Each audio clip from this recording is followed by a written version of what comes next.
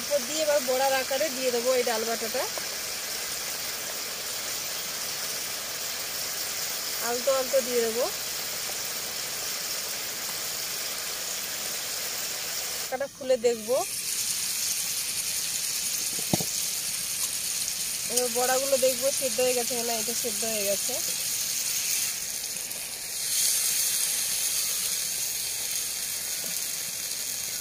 রান্নাটা কতটা লোভনীয় হয়েছে বন্ধুরা, দেখো, দেখলেই লোভ লাগবে কিন্তু খেতে, জিভে জল চলে আসবে। দেখো রান্নাটা একদম কমপ্লিট হয়ে গেছে। এই রান্না। নমস্কার বন্ধুরা, টুনা কিচেন উইথ ব্লগে আবার একটা ছোট্ট রেসিপির সঙ্গে তোমাদের জানাই অনেক অনেক স্বাগত।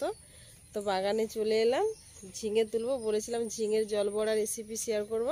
তো আজকে দেখো একদম বাগানে টাটকা নরম ঝিঙে দিয়ে ঝিঙের জল বড়া রেসিপি শেয়ার করবো। প্রথম থেকে লাস্ট অব্দি ভিডিওটা দেখো, আশা করি খুব খুব ভালো লাগবে। অনেক দিনের একটা পুরনো রান্না।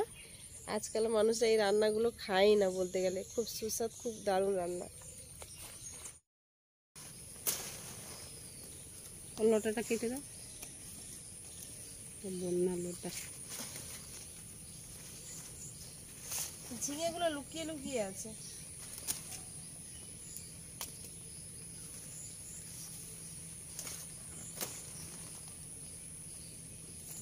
কত ঝিঙে হয়ে রয়েছে বাবা।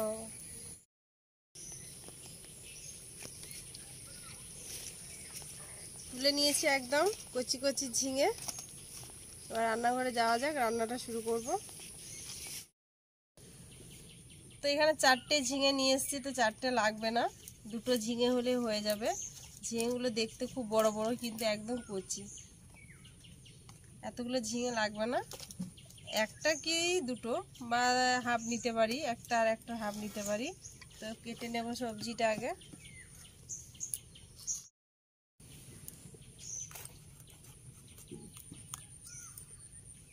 একদম কচি ঝিঙেগুলো।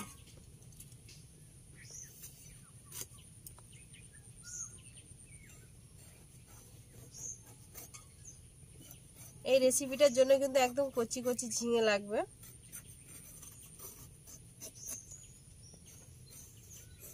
একদিন দুদিন ছাড়া ছাড়া কিন্তু এতগুলো করে ঝিঙে বেরোচ্ছে।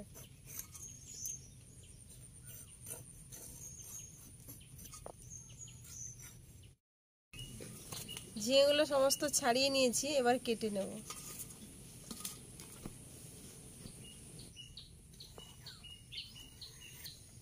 ঝিঙেগুলো কিন্তু একদম বড় বড় কাটবো না, আর একদম পাতলা পাতলা কাটবো না। যেরকম আমরা পোস্ত রান্না করি ওইভাবেই কেটে নেব। আর দেখুন বিচাগুলো কিন্তু এখনো ঠিক হয়নি, বড় বড় হয়নি, নরম আছে একদম।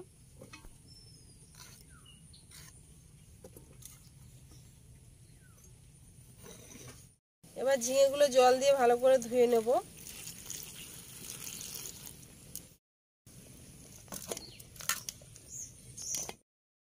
তো বন্ধুরা ঝিঙেটা তো কেটে নিয়েছি। ঝিঙের জল বড়ার জন্য যেটা মেন উপকরণ, এখানে নিয়েছি ছোলার ডাল। 3-4 ঘন্টা ভিজিয়ে নিয়েছি। তো ভালো করে পরিষ্কার করে নিয়েছি। এখানে ছোলার ডাল বা মটর ডাল হলেও হবে। তো এই আমি নিয়েছি এখানে ছোলার ডাল। তো ছোলার ডাল না থাকলে মটর ডাল দেওয়া যাবে, কোনো অসুবিধা নেই। শিলেও বেটে নিতে পারেন, কোনো অসুবিধা নেই। দুটো ঝিঙের জন্য এখানে 100 গ্রাম আমি ছোলার ডাল নিয়েছি। আপনাদের সবজি অনুযায়ী ডালটা নিতে হবে। সামান্য 2-4 ফোঁটা জল দিচ্ছি, বেশি জল দেওয়া যাবে না, কারণ ডালটা একদম টাইট করে বাটতে হবে। এখানে চা চামচের 1 চামচ সর্ষে নিয়ে নিলাম। সাদা সর্ষে কিংবা কালো সর্ষেটা হলে ভালো হয়, কিন্তু কালো সর্ষেটা আমার কাছে নেই। তো সাদা সর্ষেটাই দিলাম, কোনো অসুবিধা হবে না। সঙ্গে 2টো কাঁচা লঙ্কা দিয়ে দিলাম, সামান্য একটু লবণ দিয়ে দিলাম, তাহলে তেতো হবে না সর্ষেটা বাটার সময়। এর সঙ্গে কয়েকটা কাজু বাদাম দিয়ে দিলাম, একসঙ্গে পেস্ট করে নেব। উনুন জ্বালিয়ে কড়াই বসিয়ে দিয়েছি। কড়াইটা আবার গরম হয়ে গেছে। সর্ষের তেল দিয়ে দিচ্ছি কড়াইয়ের মধ্যে। কালো জিরে দিয়ে দিচ্ছি। এরপর ধুয়ে রাখা ঝিঙেগুলো দিয়ে দিচ্ছি। লবণ দিয়ে দিচ্ছি স্বাদ মতো। সামান্য হলুদের গুঁড়ো দিয়ে দিচ্ছি। দিয়ে আর একটু নেড়ে নেব।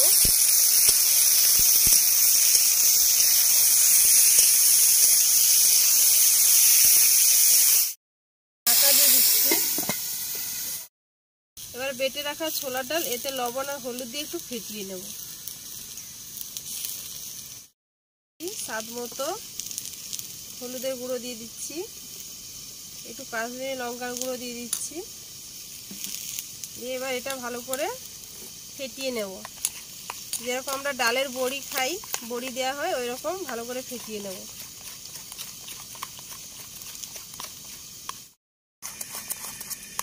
দেখুন ফেটিয়ে নিয়েছি, কতটা বেড়ে গেছে, ফুলে গেছে। এবার ঢাকাটা খুলে দেখবো ঝিঙেটা জল বেরিয়েছে কিনা। জল বেরিয়ে গেছে।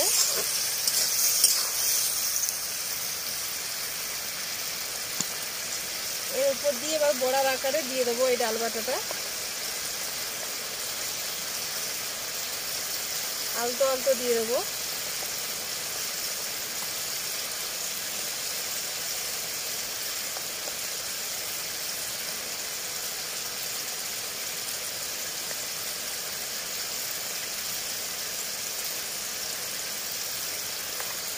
সাবধানে দিতে হবে যেন না ভেঙে যায়। এবার ঢাকা দিয়ে দিচ্ছি, এই জলে সেদ্ধ হয়ে যাবে বড়াগুলো। এবার ঢাকাটা খুলে দেখবো। এবার বড়াগুলো দেখবো সেদ্ধ হয়ে গেছে কিনা। এটা সেদ্ধ হয়ে গেছে। হালকা একটু নেড়ে দেবো।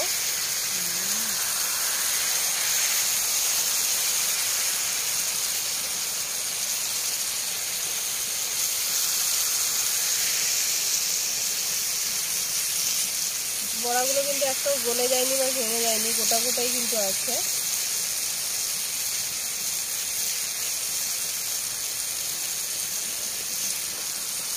সরষে বাটার পেস্ট দিয়ে দেবো।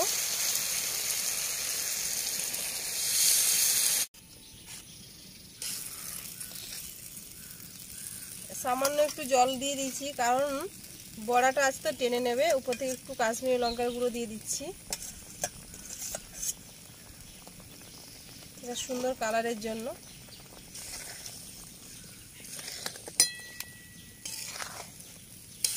এই রান্নাটা কিন্তু অনেক পুরনো রান্না। এখন মানুষ কিন্তু এইসব রান্না ভুলেই গেছে, খেতে মানে খাই না বলতে গেলে। এইসব রান্না অনেকে জানেও না, অনেক পুরনো দিনের রান্না।